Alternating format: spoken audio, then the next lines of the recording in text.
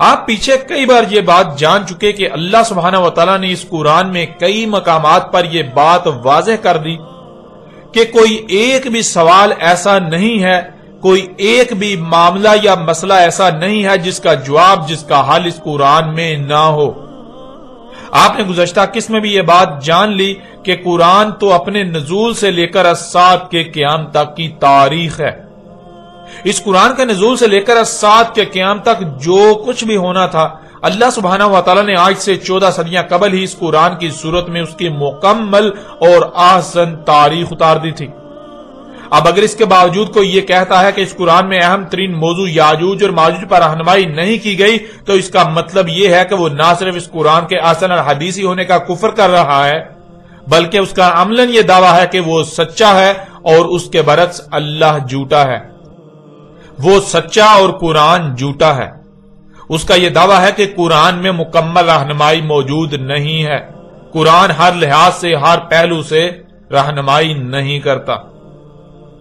ناظرین، جب احسن الحدیثی قرآن کو ترک کر کے اوروں سے رہنمائی لی جائے گی، غیر قرآن سے رہنمائی کے لیے رجوع کیا جائے گا، تو کیا غیر قرآن آپ کی رہنمائی کر سکتا ہے؟ نہیں، بالکل نہیں، ایسا ممکن ہی نہیں۔ اور جو بات یا جس سوال کا جواب بھی آپ غیر قرآن سے حاصل کریں گے، وہ کبھی بھی درست اور احسن جواب ہو ہی نہیں سکتا، وہ صرف اور صرف گمراہی ہی ہوگی۔ جیسا کہ آپ پر بالکل کھول کر واضح کر دیتے ہیں کہ محمد علیہ السلام نے کبھی بھی کسی ایک بھی موقع پر یہ نہیں کہا کہ یاجوج اور ماجوج نوح کے بیٹے یافت کے 2 بیٹوں کے نام تھے اور انہی کی نسلوں سے وجود میں آنے والے 2 قبائل یاجوج اور ماجوج ہیں۔ حقیقت یہ ہے کہ یاجوج اور ماجوج کا انتظار صرف اور صرف مسلمان ہی نہیں کر رہے، بلکہ ان سے پہلے سے ہی یہودی اور عیسائی بھی یاجوج اور ماجوج کے انتظار میں ہیں۔ یہودیوں اور عیسائیوں میں یاجوج اور ماجوج کے متعلق بالکل وہی عقائد و نظریات پائے جاتے ہیں جو عقائد و نظریات مسلمان قوم میں پائے جاتے ہیں۔ نوح کے 3 بیٹے تھے جن کے نام سام، حام اور یافت تھے۔ ان میں سے یافت کے 2 بیٹوں کے نام یاجوج اور ماجوج تھے۔ یہ بات یہودیوں اور عیسائیوں کے مذہبی مواد عہد نامہ قدیم یعنی اولڈ ٹیسٹامنٹ، جسے خود کو مسلمان کہلوانے والے تورات قرار دیتے ہیں، وہاں سے اخذ کی گئی۔ اور حیران کن بات یہ ہے کہ خود کو مسلمان کہلوانے والوں کا دعویٰ تو یہ ہے کہ یہودیوں اور عیسائیوں کے مذہبی مواد عہد نامہ قدیم میں یافت کے 2 بیٹوں کے نام یاجوج اور ماجوج مذکور ہیں، لیکن ناظرین حقیقت اس کے بالکل برعکس ہے۔ اور حقیقت جان کر آپ چونک جائیں گے کہ کس طرح آج تک یہ بڑے بڑے علماء و مفسر قرآن کے طور پر معروف خود کو اور اکثریت کو دھوکہ دیتے رہے۔ مثال کے طور پر ایسے ہی 2 مشہور و معروف شخصیات کا اس بارے میں کیا کہنا ہے، اس کو آپ کے سامنے رکھتے ہوئے اس دھوکے کو واضح کرتے ہیں۔ جیسا کہ آپ اپنی آنکھوں سے دیکھیں اور اپنے کانوں سے سنیں کہ اس بارے میں ڈاکٹر اسرار احمد کا کیا کہنا ہے۔ یہاں یہ سمجھ لیجئے کہ یاجوج ماجوج سے کیا مراد ہے۔ حضرت یافس علیہ السلام جو 3 بیٹے تھے حضرت نوح علیہ السلام کے، سام، حام، یافس۔ سامی نسل کے بارے میں تو ہم نے بہت کچھ سمجھ لیا کہ حضرت ابراہیم بھی سامی نسل سے تھے، پھر قوم عاد بھی سام ہی کی نسل کی ایک شاخ تھی، قوم سمود بھی اسی کی شاخ تھی۔ یہ تمام جو ہے یہ تو سیمیٹک ریسز ہیں۔ حضرت یافس کی اولاد نے یہ سینٹرل ایشین ماؤنٹینز کا جو سلسلہ ہے اس کو کراس کیا اور شمال میں چلے گئے، اور شمال میں جا کر دائیں بائیں پھیل گئے۔ پھر یہ میدان ہے، ٹنڈرے کے میدان اور فلانے میدان اور بڑے بڑے کھلے میدان ہیں۔ گویا کہ ایشیا کو درمیان میں جو سلسلہ کوہ تقسیم کر دیتا ہے، ایک شمالی حصہ ہے، ایک اس کے جنوبی حصہ ہے۔ یہ شمالی میں چلے گئے اور جا کر پھر پھیلنے میں وہ مشرق کی طرف آئے تو چین اور ہند چینی تک یہ ساری قومیں جو ہے یہ یلو ریسز، یہ انہی کی نسل سے ہیں۔ اور مغرب میں چلے تو روس، اور روس سے ہو کر روس کے ساتھ ملتا ہوا علاقہ اسکینڈینیوین کنٹریز کے ساتھ، پھر وہاں سے وہ اتر کر اور یورپ کے بھی جو یہ مغربی ممالک ہیں، اینگلو سیکسنز جو ہیں، یہ بھی در حقیقت اسی سے اسکینڈینیوین کنٹریز سے اترے ہوئے لوگ ہیں۔ تو یوں سمجھ لیجئے کہ ویسٹرن یورپ اور ایسٹرن یورپ